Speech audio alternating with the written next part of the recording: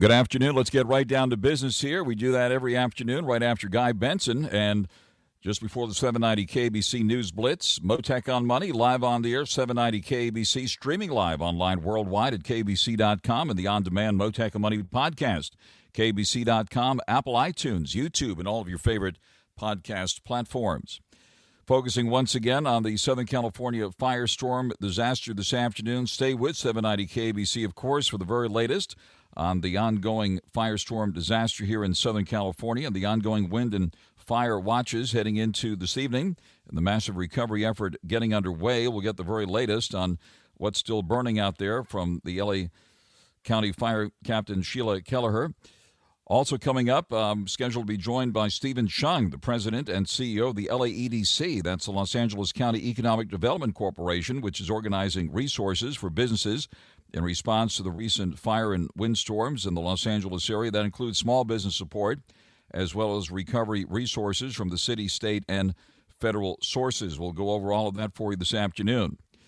Wall Street cheering the start of the second Trump administration in the first trading day since President Trump took office. President Trump was sworn into office yesterday, which also happened to coincide with the national holiday honoring the birthday of slain civil rights leader Dr. Martin Luther King Jr. And our financial markets were closed on this first afternoon, and his first afternoon and evening in office. He signed about 200 executive orders, including one promoting domestic energy production and eliminating the Biden administration's electric vehicle mandate. I'll talk about that later this hour with our go-to car expert, Lauren Fix, editor-in-chief of Car Coach and the co-host of the Total Car Score podcast. Stocks did finish higher today as Wall Street wrapped up the first trading day of the president's second term in office on a positive note. The Dow coming in for a closing gain of 538 points. The S&P 500 of 52.5 and the NASDAQ surging 127 points. We'll take a closer look at today's market action later this hour.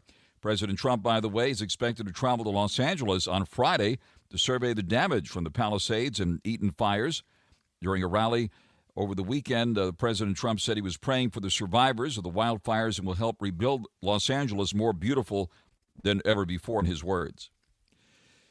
Investors today welcoming the president's calmer than expected tone on tariffs. He did not announce any new tariffs during his inaugural speech, although later at the Oval Office, the president told reporters his administration was thinking of implementing 25% tariffs on Mexico and Canada starting February 1st. One big announcement after another. President Trump just announced $500 billion in private sector investment to build artificial intelligence infrastructure here in the United States. This has been reported earlier by some sources. OpenAI, SoftBank, and Oracle now planning a joint venture called Stargate. The president just held a White House briefing on that. The SoftBank CEO joined the president for the announcement, along with Sam Altman of OpenAI and Larry Ellison of Oracle.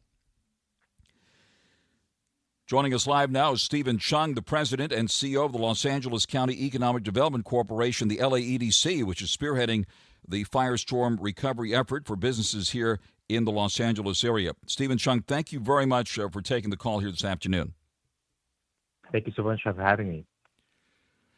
Stephen CHEUNG, of course, our hearts go out to all the businesses who've been wiped out here in this fire disaster and all the residents who've been impacted. Absolutely heartbreaking stories, and damage assessment continues. First of all, give us your reaction to what we've seen in recent weeks. Well, I think as we're looking at the damage right now, the county and the city and the state are assessing the damage right now, and there's not a clear estimate in terms of what's going to happen. What we've seen is that the economic impact could be anywhere from $50 billion to $200 billion in economic output changes all the way around, but we're not quite sure until the assessments are done. And currently, our county and city partners are still dealing with controlling the fire as well. So there's still a lot of responses are necessary until we can get to the recovery side. What we can say is that looking at the data, LADC currently is working with the Southern California Leadership Council to do an economic impact report. And on our preliminary data analysis, we found that there are about 1,863 businesses that are located within the burn zones of the Eaton fire and Palisades fire. And so we're estimating that there are about 15,000 jobs that could be impacted by the businesses located within the burn zone. Whether they actually have been damaged or not, we don't have that assessment yet, but the economic impact will be huge. On there live with Stephen CHEUNG, the president and CEO of the Los Angeles County Economic Development Corporation, the LAEDC. And it looks like you've mobilized tremendous resources here to help all of those impacted by the firestorms and the windstorms, which also were quite devastating in other parts that weren't hit by fire, by the way. Tell us about the various business assistance programs that the LAEDC has now put together. Yes, we learned from the COVID pandemic, and we pulled together a number of different partners that came together, including the LA Area Chamber of Commerce, Dr. Lucy Jones Center, the City of Los Angeles, the County of Los Angeles, Department of Economic Opportunity, BizFed, LISC LA, Wells Fargo, Economic and Workforce Development Department of LA City. Combined together, we want to make sure we're streamlining all the resources. So for small businesses, especially, and businesses that are impacted, they don't have to go to multiple locations. And so this website that we pulled together and this initiative is called Together for LA. So they can go to togetherforla.org and they can get more information about the resources that are available, including emergency and recovery responses, business assistance, so folks will know where to get information about, for example, the Small Business Administration loans that are available for this disaster, or additional programs and additional grants that will be coming up in the coming weeks and months. Give us some further details on that. Again, the website is togetherforla.org. For those who have been just devastated by this, tell us about maybe some of the new programs and resources that are available now that perhaps were not available in past disasters. Sure. Previously, I think immediately after the first few days of the fires, I think everybody's looking towards FEMA for the emergency response, and that's usually going towards individuals and homeowners. But for small businesses, a lot of those programs are not going to help with their business operation. So the Small Business Administration, and including Administrator Guzman, has been in Los Angeles over the last few weeks, working directly with our teams to provide those types of assistance. So right now, the SBA team is on the ground working very closely with our county and city officials in order to basically provide technical assistance and also loan application. This includes low interest rates loans that are available to our businesses that have been impacted by the fire and the windstorms, and they also have deferred payment plan and also deferred interest as well. So that's the main source of the resource right now. Additionally, the states and county and cities are working with private philanthropy to come up with grant programs later on. Again, earlier I was talking about how many of the government officials are so focused on making sure that there's fire prevention and making sure they're taking care of the safety of property and life. As they're transitioning into this new phase, we're trying to assess what the needs are, and there will be additional grant programs that are available. That's going to be coming through, for example, the LA Area Chamber of Commerce, and also the counties and cities departments will be issuing business grants that are going to be available. They're not available right now, but hopefully in February, those applications will be open. At the same time, a lot of the workers that are impacted, working directly with the businesses, there are unemployment and there are additional workforce development resources that are available, and that information is all available on our website. So it becomes a one-stop shop for them to get access to not only small business information, but also for workforce-related to help the employees that are working in those businesses be able to adjust to this transition. On there live with Stephen CHEUNG, President and CEO of the Los Angeles County Economic Development Corporation, the LAEDC, at laedc.org, by the way, and the website for resources is togetherforla.org. And at the invitation of, I believe, Supervisor Barger, as well as Governor Newsom, President Trump is scheduled to visit Los Angeles on Friday. What is your message here to the president? What are you hearing from the business people, and what else do we need from the federal government at this point? Well, this is going to be the most intensive and worst firestorm disaster in the history of the United States. So we need a proportional response, and we're hoping that we're able to receive enough support from the federal government and our state government to make sure our small businesses are able to survive. Many of these companies are just dealing with the survival after COVID, so they're just coming back recently, so they really need a lot more support.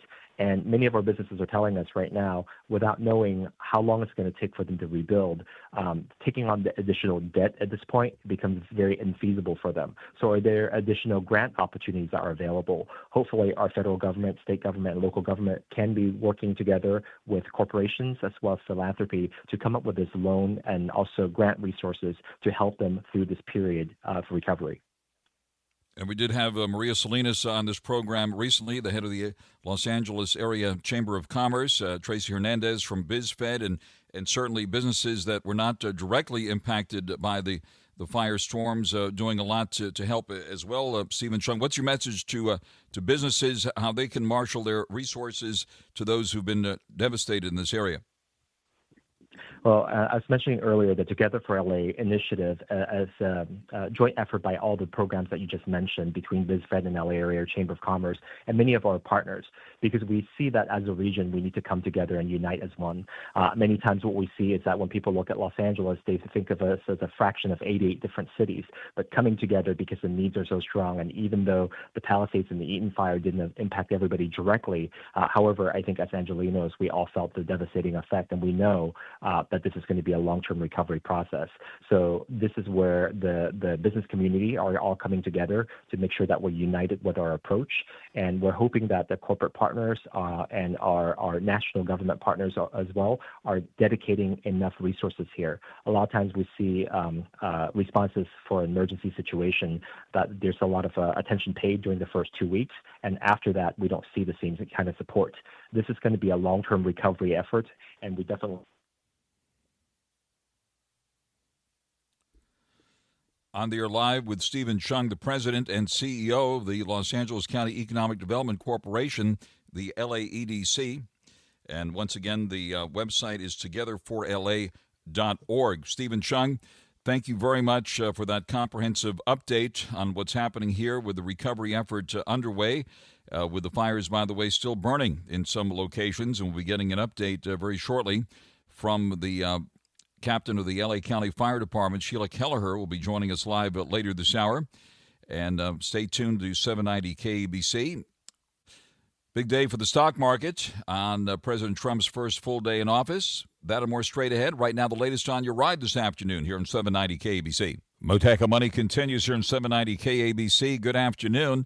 Stocks rallying big as Wall Street wrapped up the first trading day of President Trump's second term in a positive way today. The Dow coming in for a closing gain of 538 points, settling at 44,026. Stocks open higher right after the opening bell in reaction to President Trump's executive orders and bullish enthusiasm, especially in the energy patch, with oil stocks rallying. The S&P 500 moving up 52.5 to 6,049, and the NASDAQ surging 127 points to 19,756. The yield on the 10-year note has eased to 4.59%. We have seen the dollar slip overseas. Looks like investors welcoming the president's calmer than expected tone on tariffs. This time around, he did not announce any new tariffs during his inaugural speech, although later in the Oval Office, he said the administration was thinking of implementing 25% tariffs on Mexico and Canada starting February 1st. Another big announcement this afternoon. Just a short time ago, President Trump announcing $500 billion in private sector investment to build AI infrastructure here in the U.S. OpenAI, SoftBank, and Oracle planning a joint venture called Stargate. And the SoftBank CEO joined President Trump for the announcement, along with Sam Altman of OpenAI and Larry Ellison of Oracle. We did see the price of gold right now pulled back $1.60 at $2,757.40 an ounce. Digital gold, of course, very much in focus. The crypto's been bouncing around. Get your ulcer medication ready. We did see a Bitcoin get up to around 108,000. Right now, it's down about 200 at 105,928, 105,945 here at the moment. Ethereum pulling back $4 at 3,327. Doge at the moment at 37 cents. The price of oil pulling back today. The announcement the president made during his inaugural speech, drill, baby, drill, sent the price of oil lower, down $1.20 in New York. It's $76.68 a barrel. Brent crude in London, the global benchmark, also pulling back $1.28 at $76.11 a barrel. We're watching the so-called MAGA 7 stocks. This is something new here. They've enjoyed significant gains since the November 5th presidential election, some lifted by links to President Trump, others by the bullish enthusiasm we've seen overall in the markets. The MAGA 7, as they're called, which we'll be tracking, AppLovin, which is an app monetization company. The ticker symbol in this one is APP, A-P-P. The stock has been up about 107% since President Trump won the presidential election. Robinhood also considered one of the MAGA 7 stocks, as well as MicroStrategy. MicroStrategy is the one that's held Bitcoin as its primary treasury reserve asset since 2020. Has been aggressively buying the cryptocurrency, reportedly again today, as a matter of fact. Tesla, also among the MAGA 7. The company is one of the highest profile Trump trades on this list, headed, of course, by CEO Elon Musk, who's also now BFFs with President Trump. Tesla stock today pulling back a bit. Let's take a look here, down $2.43 at $424.07.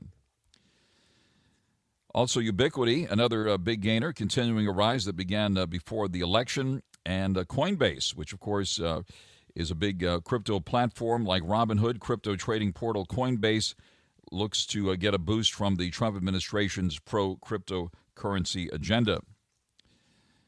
Let's see if we can bring that one up here, down $1.29 today at $294.19. Williams-Sonoma also among the MAGA 7. Williams-Sonoma can't be described as a Trump trade. Shares of the home goods retailer have skyrocketed, though, since the presidential election in November. TikTok, still a big story here. The drama continues, still operating for existing users here in the U.S. thanks to an executive order signed last night by President Trump. Analysts are warning that his order does not look all that solid, though. The most popular social media app went dark in the U.S. over the weekend, then came back shortly thereafter online with the action driven by a national security law that calls for TikTok to be banned nationwide as of last Sunday.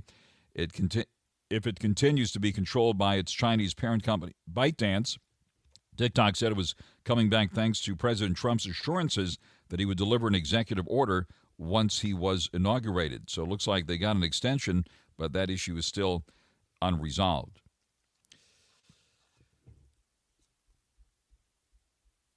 It's like President Trump set to visit Los Angeles on Friday. We're still awaiting details on that visit. We did see a space stocks rally today. Looks like we had another launch today out of the Vandenberg Space Force Base, by the way. Today we did see, according to MarketWatch, space stocks soar during the trading session, lifted by President Trump's comments championing American exploration in space during his inauguration speech yesterday. He said, "We will pursue our manifest destiny into the stars, launching American astronauts to plant the stars and stripes on the planet Mars." His comment sparking an enthusiastic response from his close ally, the SpaceX chief executive Elon Musk, who pumped his arms and gave a thumbs up during that famous moment during the inauguration yesterday. The yield of the 10-year note, let's not forget about that, slipping to 4.59%. That has eased quite a bit, and that's the one that impacts the fixed-rate mortgage rates out there, which we've seen spike rather dramatically. The yield on the 10-year note now at 4.59%, bringing back down fixed-rate mortgage rates. We'll hopefully be getting an update on mortgage rates from one of our experts here coming up on this program later this week. We see Amazon, headed by Jeff Bezos, who also spent a lot of time with President Trump during the inauguration festivities yesterday, moving higher today by nearly $5 at $230.71, a jump of 2%. Taking a look at Oracle shares, making news this afternoon on that big announcement on the AI collaboration. Oracle stock today moving up $11.54 at $172.57, a gain of 7%. Once again, the Dow closing higher by 538 points to settle at 44,026. The S&P 500 of 52.5 at 6,049, and the NASDAQ of 127 at 19,757. And now the latest news for you here on 790 KABC. Mottek On Money continues here on 790 KABC. Thanks again to Stephen CHEUNG, the president and CEO of the LAEDC, the Los Angeles County Economic Development Corporation, who's telling us about the effort Together for LA at togetherforla.org. Big list of resources there, and also on the LAEDC's website to help businesses impacted by the firestorms. As we continue our firestorm coverage this afternoon, of course, stay with 790 KBC for the very latest on what's happening in this ongoing catastrophic deadly firestorm disaster here in Southern California and the ongoing fire threat. It's extremely dry, windy as well, and now the possibility of rain by this weekend could compound the disaster with mudslides. So once again, the area is still under disaster alert, and right now the firefight continues as the massive recovery effort gets underway. Joining us live now is Los Angeles County Fire Captain SHIELA KELLIHER. Captain, thank you very much for coming to the line, and take it from the top. Give us an update on what's happening in the fire zones. Hey, good afternoon. Thank you for having me. Well, we are definitely making progress and great progress on on the Palisades fire. We're at 63% containment. And that's just great news. They're doing incredible work in there, mopping up that fire line, making sure there's no hot spots, 30, 50 feet in, so there's no chance of reigniting. We made it through the gusty winds last night. We did have gusts of upwards of 40 miles an hour with no incident, which is great news. The Eaton fire is doing well as well. They are at 89% containment. So for those folks that don't understand, there's no active flame, but there's still a lot of hot spots in the burn area of both those fires. So our job is to make sure that all of that is extinguished and there's a line around that fire that has no fuel that is hot or burning. Is it still an aggressive firefight? When will you have 100% containment on this? Well, we're like I said, we're moving in progress great. It's 10% every day is kind of what we're looking at. But now that these winds have died down, it seems like we should be even quicker. It should really move the progress along. I can't give you a definite date, but it's definitely coming along as expected. All right. Is the aerial firefight continuing as well? Are you still dropping by air, or is it? Yeah. No, it's all on the ground. It's all with camp crews and hand lines in there. There is no no active fire front that is raging out of control, anything like that. There are still some real dense brush and hot spots in there. So our job is to go in and make sure that all of that is extinguished. So that's just very hard, heavy, long, tedious days of work for the crews that are hiking in there and doing the job. And they're incredible at what they do. So it's quite a remarkable situation. The temperatures are expected to get lower than they've been, right? So the fire's just laying down, right, in these cold temperatures. So it's very deceiving out there, this hidden danger. Maybe you can describe for us what do you see at night, for example, as these breezes pick up? Do you see those cat eyes, as they're known, when you see those embers hidden, right? Yeah, you're exactly right. Those are called cat eyes, and as soon as we see those, we know what we're looking at. Remember, we also have great technology with our drones. Our drones can do infrared, which is a huge resource to us because we can fly over and really pinpoint those spots with accuracy. So all of that is working in combination with each other, and we're making great work on that. Just because it's cold out doesn't mean that fire still can't continue to flourish because it is so dry. So between the dryness and the low humidity, there's still a possibility, for things to ignite. But I think we're moving on the right side of this. The wind is laying down. It has gotten a lot less, out of here by 10 o'clock tonight. Totally on the other side of the hill where it's definitely slowed down a lot. Yeah, what is the situation in the valley at this point on the well, I guess would be the eastern edge of the Palisades fire that threatened parts of Brentwood and the 405 area there and so forth? What is the situation there now? That's looking good as well. There's no active flame. It is just that mop up and cleanup and hotspot work as they work their way around that containment line. So it looks good. And, we're in a great position to really continue to do the work we're supposed to do to get 100% containment. We're on the air live with the Los Angeles County Fire Captain SHIELA KELLIHER for an important update on what's happening with the ongoing firefight. Live with us here on 790 KABC. And of course, people are going to welcome the rain when it comes, but also that'll bring dangers. A lot of discussion now about what could happen this weekend. And what do you expect with the current forecast with rain coming in and perhaps setting off mudslides and so forth? That is, anybody that's lived here in Southern California knows that after the fires, when the rain comes, the mud comes. And this is extremely more elevated because of how much land has been scorched, especially over on the Palisades fire and into Malibu Canyon and all those canyons up there. As I drove the fire line the last, 4 or 5 days, I am struck by how much Bear Canyon is up there. So with that said, I think it's really important that everybody is really paying attention if they're traveling in any of these fire, areas to pay attention. What are the warnings? Look at your traffic before you go over there. Make sure there's no roads closed because those hillsides are primed to come down. And tell us what's happening at the Eaton fire disaster scene at the moment, and what is happening there. Similar situation there with the fire laying down at the moment. Yeah, absolutely. The fire is, you can't call 100% until it's 100% containment. But again, there's no active flame, no active firefight the way we normally see it on TV where you have flames blowing out of control. It is that tedious hard work going in there, finding all those hot spots, cat eyes that you talked about.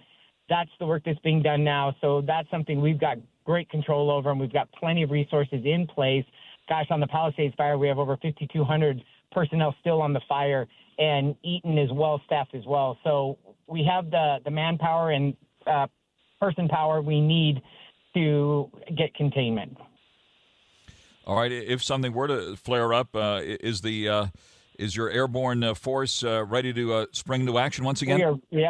We are ready to go. I talked to our helibase today, and both the Super Scoopers are prime, fueled up, and ready to go. We have the Helitanker 55 is up and running, as well as in Ventura and Orange County. They have that air resource, plus all of our helicopters over at our air operations with our Blackhawks doing the incredible work that they do. So everybody's ready. If something should pop up, we're staffed and ready to go. On there live with LA County Fire Captain SHIELA KELLIHER, and most importantly, do you have enough water for this firefight? We do. We are, we even have, last count, I don't know how, I'm sorry I lost the number in my head, but plenty of water tenders out there. We've got plenty of places to snorkel water from. Well, water has been restored over there. So we're doing good with water sources. Anything else you need at this point? I just said that we still have an outpouring of support from everybody, and it's so appreciated. Hopefully that's all turning towards the residents that have lost so much that they get that back. And still a huge thank you to all the crews coming up and down from all over the West Coast to help us. As I am on the fire line today, I see them from all over Colorado, Arizona, New Mexico, all up and down California.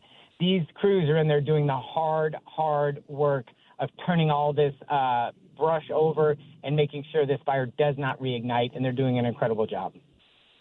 That's great to hear. So everybody's still on full alert during this current windstorm and what might come up here with the wind still elevated and possibility of things flaring up again. Now, what about and we have our strike teams all in place as well. That's great to hear. And then you have fires now in San Diego. Are you lending a hand to the situation there, with the focus of attention now in San Diego with several fires burning there?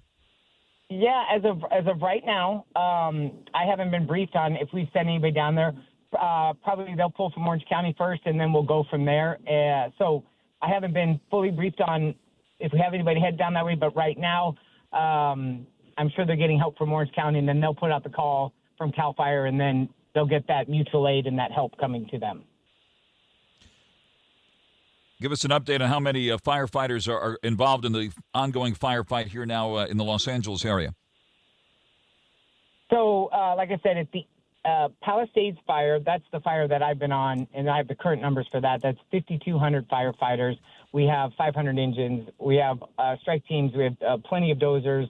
We have 60, helicopters available at our ready. So we are well staffed for anything that should happen during the slowdown of this wind. But that wind is dying down. I am amazed that, we kind of dodged a bullet there, I think. Very fortunate, and we'll stay on full alert here as well and keep an open line to you. We do appreciate your updates and look forward to speaking with you again, and hopefully you'll make the announcement that we'll get that 100% containment coming up here soon. I look forward to making that phone call. Yes. Let you know we have 100% containment. But just know our crews are in good spirits. Everybody's still pumped to be out there. We're rotating them in and out, so we have fresh crews every morning.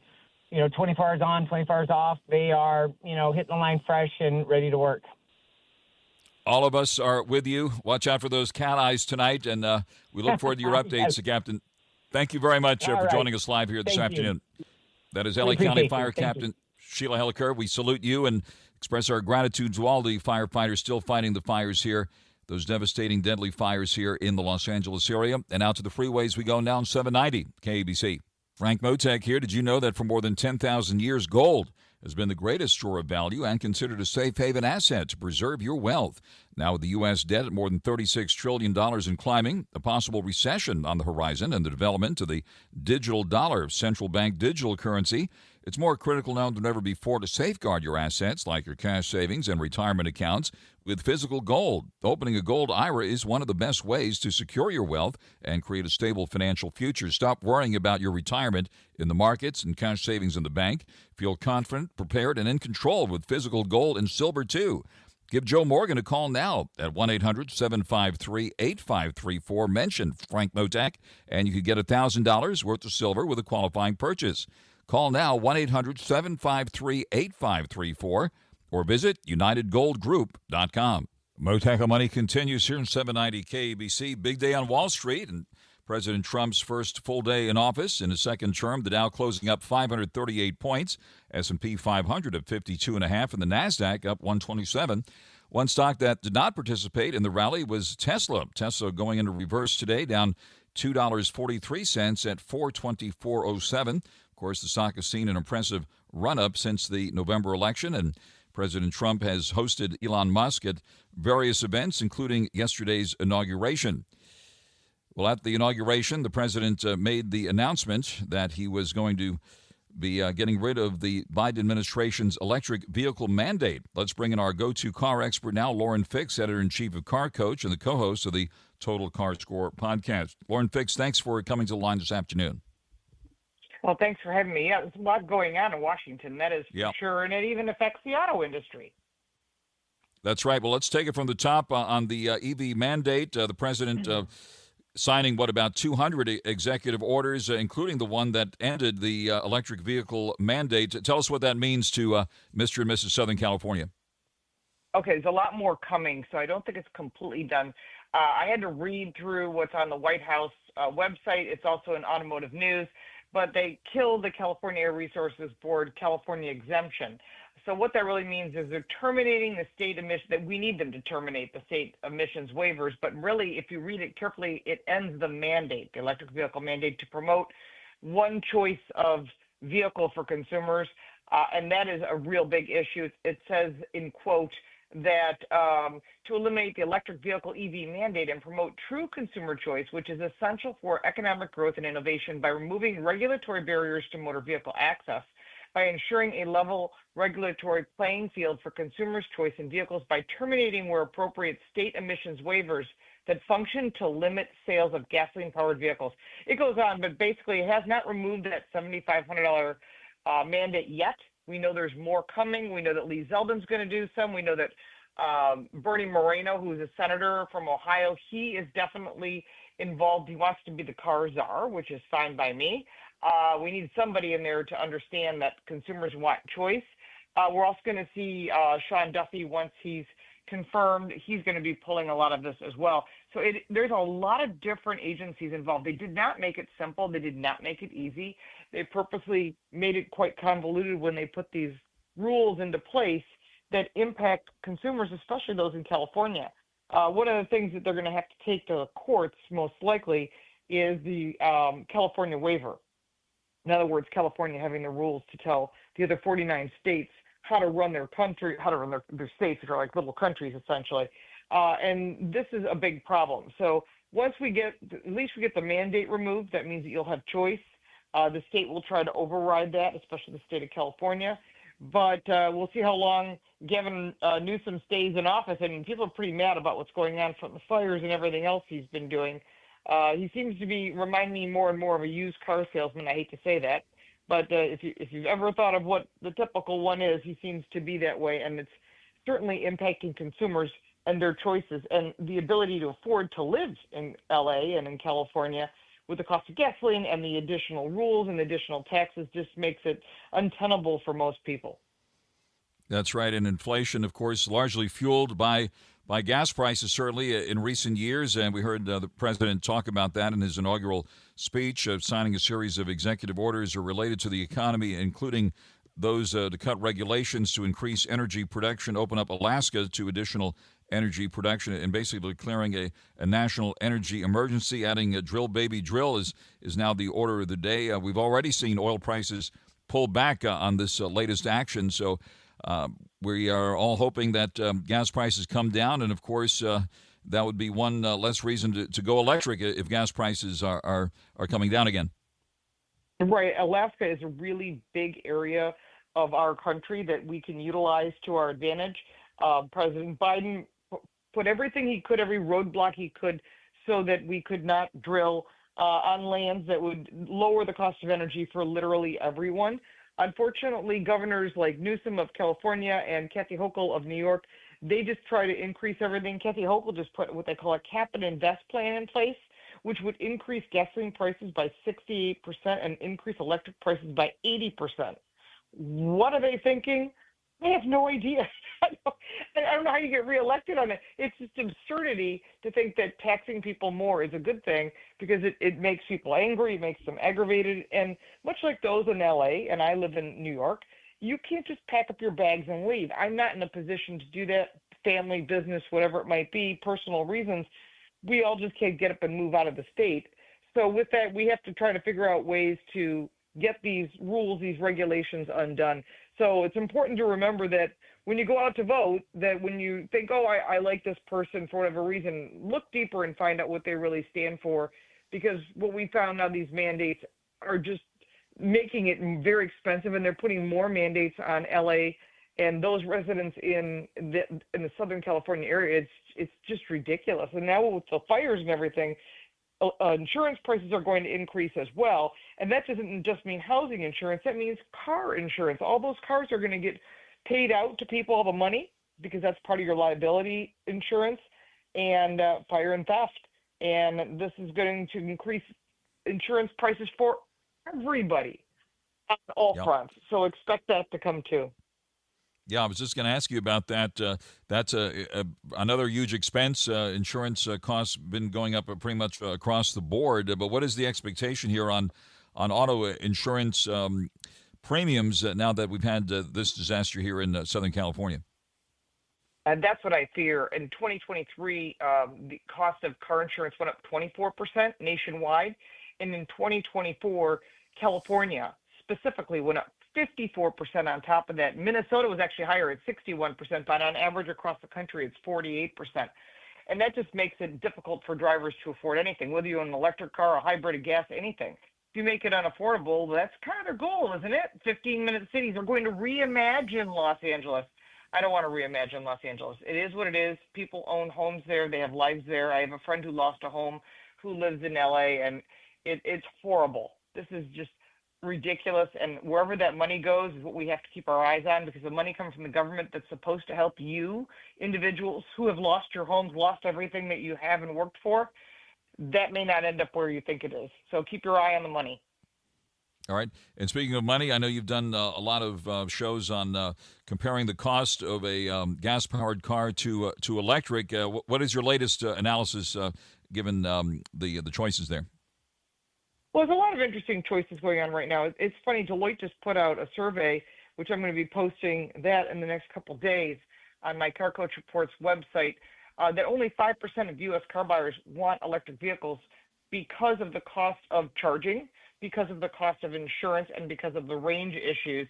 And these are big issues. So when you're looking at the overall cost, remember when you purchase any car, whatever it might be, new or used, you have to look at the cost of the vehicle, the insurance, whether it's gas or electric, and of course any other factors as far as repairs and maintenance and depreciation. When you total that all up, the true cost of ownership, you start to see that a gasoline-powered vehicle is a smarter move, and buying a used vehicle, if you don't have the cash flow available, is actually a really smart move. A certified pre-owned is my personal choice, because you're going to get the security of having a vehicle that's been at least still has a warranty.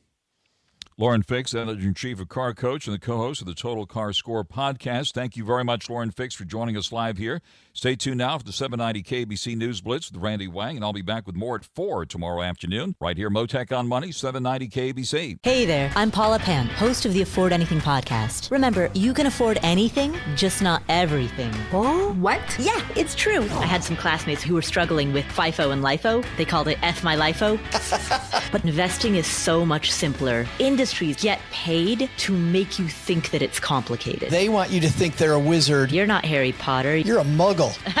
Muggles are great too. No one here is anti-muggle. Afford anything. Follow and listen on your favorite platform.